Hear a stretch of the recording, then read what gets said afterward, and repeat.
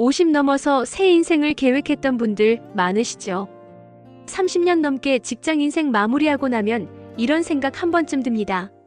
이젠 남 밑에서 일 말고 내 사업 한번 해봐야지. 그동안 모아둔 돈, 체면, 경력, 주변의 기대까지 전부 짊어지고 창업에 뛰어듭니다. 은퇴 후 노후 준비라기보단 제2의 성공을 꿈꾸며 시작하시는 분들도 많습니다. 그런데 준비한 만큼 결과가 따라오던가요? 내 경험이면 충분하다, 지금 시장 이 정도면 괜찮겠다 싶어서 시작했는데 막상 현실은 생각보다 훨씬 빠르고 훨씬 냉정하죠. 오늘은 그런 길을 실제로 걸었던 5분의 이야기를 들려드리려 합니다. 각자 아이템도 다르고 방식도 달랐지만 공통점이 하나 있었습니다. 망한 이유는 나중에 알았고 다시 일어설 힘은 망한 자리에서 나왔다는 것. 자, 이제 그 5분이 어떤 시행착오를 겪었고 무엇을 몰라서 무너졌고 지나고 나서 무엇을 깨달았는지 그 이야기부터 하나씩 들어봅시다. 첫 번째 사연. 감으로 시작한 가게. 데이터로 끝났어야 했다. 은퇴하고 한 달쯤 쉬다 보니 손이 근질거렸습니다. 동네에 제대로 된 간편식 매장이 없네? 요즘 혼밥 많다는데 가맹 말고 내가 직접 해볼까? 머릿속에서 이미 줄 서는 손님들이 보였죠. 상권은 역세권이니까 좋다. 고객은 회사원일 것. 메뉴는 내가 먹고 싶은 것으로 가볍게 정해졌습니다. 그때는 그게 실행력이라고 믿었습니다. 지금 생각하면 절반은 착각, 절반은 운에 맡긴 도박이었습니다. 문제는 첫 달부터 드러났습니다.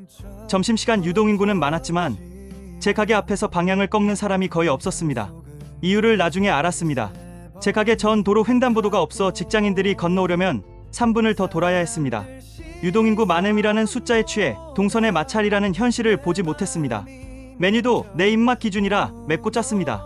첫 방문은 호기심으로 오지만 두 번째 방문은 몸이 허락해야 오더군요. 재방문율이라는 단어를 그때는 몰랐습니다. 가격도 틀렸습니다. 경쟁 가게는 세트로 7,900원을 팔 때 저는 단품 8,500원을 붙였습니다. 우리 재료가 더 좋으니까. 하지만 회사원 점심은 미식이 아니라 루틴이었습니다. 500원, 1,000원이 하루가 아니라 한 달로 계산되는 사람들에게 저는 비싼 가게였습니다. 나중에서야 알았습니다. 가치를 높이려면 스토리 편의 일관성으로 쌓아야지 원재료만 고급스럽게 바꿔도 고객은 눈치채지 못합니다. 마케팅도 감으로 했습니다. 전단지 3,000장 뿌리고 인스타 계정 만들면 끝인 줄 알았습니다. 그러나 회사원들의 정보 경우는 빵집 사장님 말이 아니라 팀 메신저의 점심 추천 리스트였습니다. 누가 만들어주냐고요? 첫 주에 만족한 동료 한 명이 만듭니다. 그 한 명을 만들 생각을 못했습니다. 오픈 이벤트로 전부에게 20% 할인하는 대신 건물 내 3개 팀에만 맞춤 시식을 돌렸다면요? 지금은 압니다. 시작은 넓게 보이지만 뚫는 건 좁고 깊어야 합니다. 결국 배운 건 단순합니다. 시장 조사는 숫자가 아니라 행동 관찰이라는 것. 전에는 유동인구 개수기 앱만 보고 안도했는데 지금은 최소 이틀은 같은 시간에 같은 자리에 서서 멈추는 사람, 고개 돌리는 사람, 스마트폰 보는 사람을 따로 세워봅니다. 오픈 전 체크리스트도 바뀌었습니다. 누가, 왜, 얼마나 자주, 무엇과 함께, 무엇을 포기하고 어떤 불편을 참으면서 사는지를 문장으로 쓰지 못하면 오픈하지 않습니다. 감으로 시작한 가게는 마침표도 감으로 찍히더군요. 다음부터는 문장과 데이터로 찍겠습니다. 두 번째 사연. 프랜차이즈 도시락 분식 계획보다 시장이 중요하다. 55세 남성. 저는 제조업 영업팀에서 27년간 일했습니다. 은퇴를 앞두고 직장 생활 동안 모아둔 자금과 인맥을 어떻게 활용할까 고민했습니다. 이제 안정적으로 내 사업을 해보고 싶다는 생각이 들었죠. 그러던 중 회사 동료와 점심을 먹던 자리에서 동네의 도시락과 분식 수요가 많다는 이야기를 들었습니다. 출장과 회식으로 바쁜 직장인들이 간편하게 점심을 해결할 수 있는 가게가 부족하다는 것이었죠. 또한 프랜차이즈 가맹점 성공 사례를 접하면서 체계가 마련된 시스템이라면 나도 충분히 운영할 수 있겠다는 확신이 들었습니다. 그래서 저는 프랜차이즈 도시락 분식 가게 창업을 결심했습니다. 영업 경험과 계산 능력을 바탕으로 초기 자본을 투자했고 본사 교육을 받으며 준비를 시작했습니다. 본사 교육도 받았고 초기 자본도 안정적으로 마련했고 주변 지인들도 응원했습니다. 석 달만 잘 버티면 자리가 잡힐 줄 알았죠. 그런데 문제는 시작이 아니라 몰랐던 세계가 너무 많았다는 거였습니다. 장사는 경험이 있으면 된다는 본인의 확신과 달리 가게는 숫자 회전 구조 입지 싸움이었습니다. 장부에선 이익이 났습니다. 원가율 38%, 인건비 22%, 임대료 12%. 엑셀은 예쁘게 웃고 있었는데 통장은 늘 마이너스였습니다. 그때 저는 요즘이 원래 어렵지라고 위로했습니다. 지나고 보니 저는 손익과 현금 흐름의 차이를 몰랐습니다.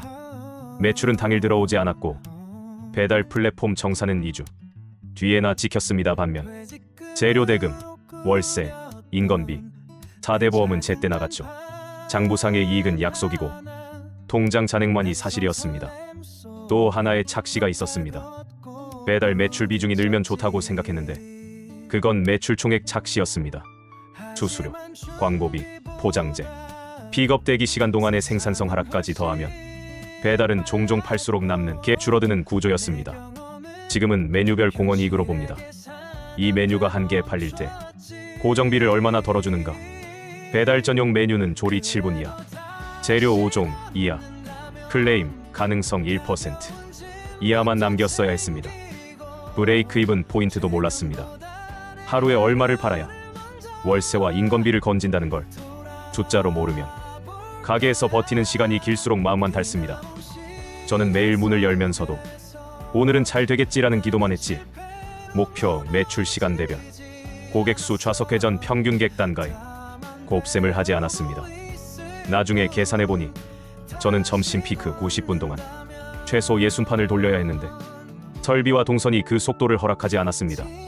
구조가 느린데 정실력으로 빠르게 팔겠다는 건 욕심이었습니다. 세금과 퇴직금도 뒤통수를 쳤습니다. 분기 부가세, 연말 종합소득세, 직원 퇴직금 충당을 나중에로 미뤘습니다. 현금이 들어오면 급한 불부터 끄다 보니 진짜 큰 불은 항상 다음 달이었습니다. 지금이라면 첫 달부터 주간 현금 흐름표를 씁니다. 월 단위는 착시를 났습니다. 월말엔 괜찮겠지가 아니라 이번 주 금요일에 마이너스인지가 현실입니다. 그때는 몰랐지만 이 모든 실패의 뿌리는 숫자를 두려워한 마음이었습니다. 저는 요리를 잘하면 장사가 될 거라 믿었고 계산은 누군가의 일이라 여겼습니다. 그러나 작은 가게의 사장은 요리하는 CFO여야 합니다. 펜과 전표를 잡는 손이 국자를 잡는 손만큼 단단해질 때 비로소 통장도 단단해지더군요. 세 번째 사연. 온라인몰 스마트 스토어 자존심은 투자 항목이 아니다. 저는 50세 여성입니다. 저는 전자상거래 경험이 전혀 없었습니다. 퇴직 후 집에만 있으면 무료하고 생활비 부담도 계속되면서 자립할 방법을 찾고 있었죠. 그러던 중 딸과 손녀가 SNS에서 소품과 생활용품을 판매하는 모습을 보고 영감을 받았습니다. 내가 좋아하는 아이템을 온라인으로 판매하면 적은 초기 비용으로 시작할 수 있겠다. 특히 배달 매장 운영 경험이 없지만 온라인 플랫폼과 스마트 스토어 시스템을 활용하면 누구나 시작할 수 있다는 점이 매력적이었습니다. 그래서 저는 가족과 함께 스마트 스토어를 오픈하고 생활용품과 소품 판매를 시작했습니다. 초기 자본은 그리 많지 않았지만 내가 직접 기획하고 포장하면 브랜드가 살아나겠지라는 기대가 컸습니다. 도입부는 흥분과 설렘으로 가득했습니다.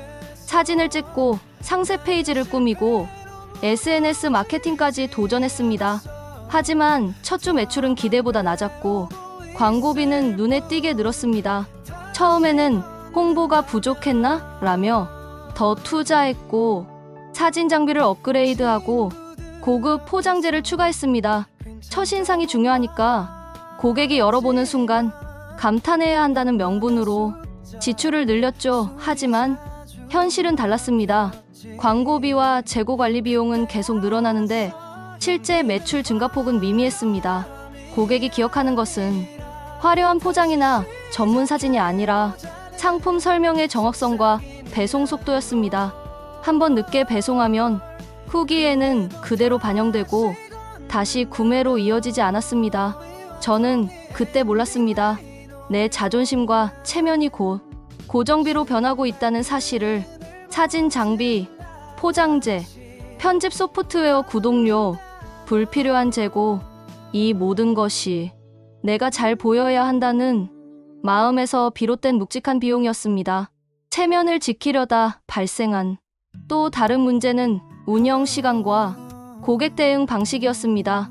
주문이 많아지자 내가 직접 해야지라는 생각에 새벽부터 밤까지 컴퓨터 앞에 앉아 포장과 발송을 했습니다.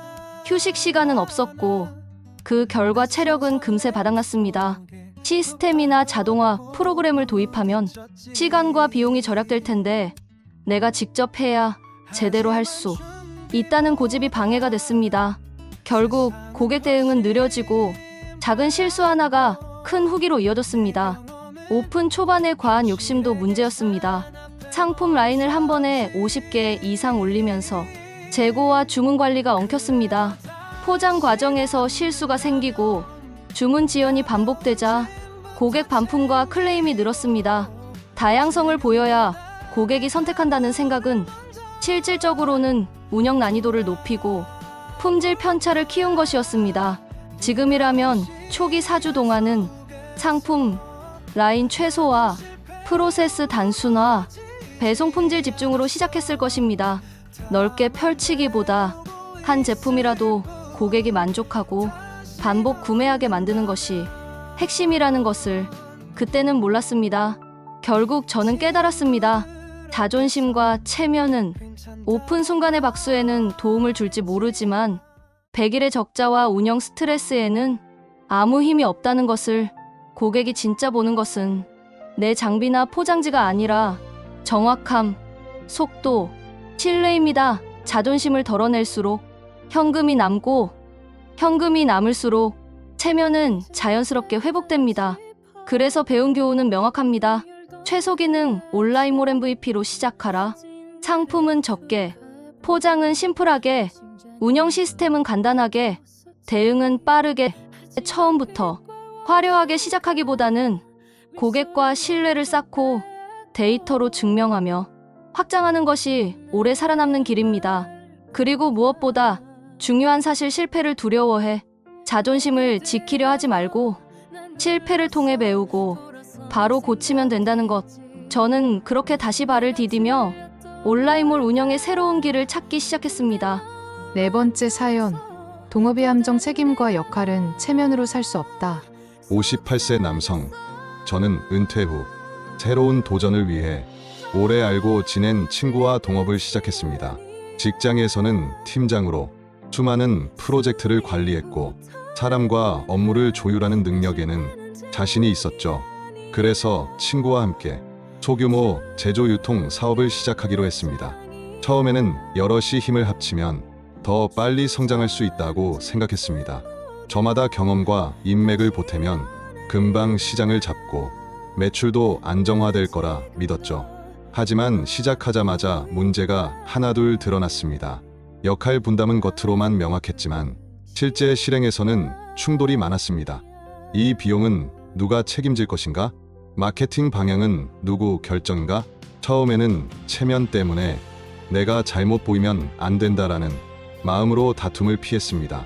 결과적으로 책임 소재가 불분명해지고 작은 결정 하나에도 의견 충돌과 지연이 반복되었습니다. 또한 개인 지출과 투자 감각도 달랐습니다. 저는 초기 홍보를 위해 최소한만 투자하고 싶었지만 동업자들은 장비와 광고에 과도하게 돈을 쏟았습니다. 처음엔 동업자의 의지도 존중해야 하지라며 제 판단을 억눌렀습니다. 그러다 보니 지출은 점점 눈덩이처럼 불어나고 현금 흐름은 마이너스로 돌아섰습니다. 체면을 지키느라 말을 못했던 것이 결국 사업 전체를 흔드는 비용으로 돌아왔습니다. 문제는 운영뿐만이 아니었습니다. 동업자 간 신뢰가 깨지면서 작은 갈등이 큰 불신으로 번졌습니다. 회의는 길어지고 결정은 늦어졌으며 결국 고객과 거래처 대응에도 영향을 주었습니다. 저는 뒤늦게 깨달았습니다. 동업은 좋은 친구만으로 성공하지 않는다는 것을. 책임과 역할은 체면과 우정으로 대신할 수 없고 규칙과 합의로 관리해야 한다는 사실이었습니다. 결국 사업은 중단했습니다. 금전적 손실뿐 아니라 관계까지 돌아보기 어려울 정도로 피폐해졌죠. 하지만 그 실패에서 얻은 교훈은 명확했습니다. 동업은 계약과 규칙이 먼저, 친구 관계는 그 다음. 체면, 때문에 말을 삼키면 손실과 갈등이 눈덩이처럼 불어난다. 책임과 권한은 명확히 기록하고 작은 문제도 숨기지 말아야 한다. 저는 그 후로 혼자 혹은 명확한 구조가 있는 파트너십만 선택합니다. 동업은 체면 유지가 아니라 투명한 합의와 실질적 실행력이 살아남는 길이라는 것을 절실히 배웠습니다. 5번째 사연, 배달 전문 창업 플랫폼 의존의 함정. 저는 직장 생활을 마친 후 은퇴를 맞았습니다. 제 나이 53. 하지만 막상 집에만 있으니 하루하루가 무료했고 경제적 여유도 점점 줄어들었습니다.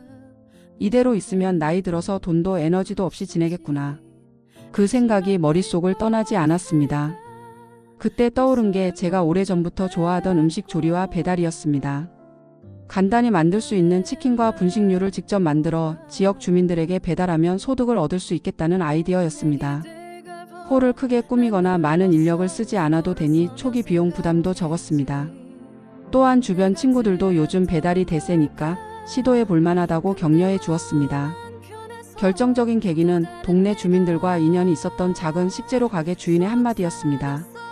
우리 동네 사람들은 배달을 많이 찾으니까 제대로만 하면 반은 성공이다. 이렇게 해서 저는 홀 없이 배달 전문으로 치킨과 분식 창업을 결심했습니다. 배달 플랫폼이 이미 구축되어 있으니 시작만 하면 주문이 들어올 거라 기대하며 또 새로운 도전을 시작한 것입니다. 초반에는 주문이 들어오자 기뻤습니다. 하지만 곧 플랫폼 수수료와 광고비가 눈에 띄게 늘어나기 시작했습니다. 배달 비용, 인건비, 재료비까지 감안하면 순이익은 거의 남지 않았습니다. 플랫폼이 고객을 데려다 주니 그만큼 비용을 내는 게 당연하다는 생각으로 시작했지만 손익 구조를 정확히 계산하지 않고 시작한 것이 문제였습니다.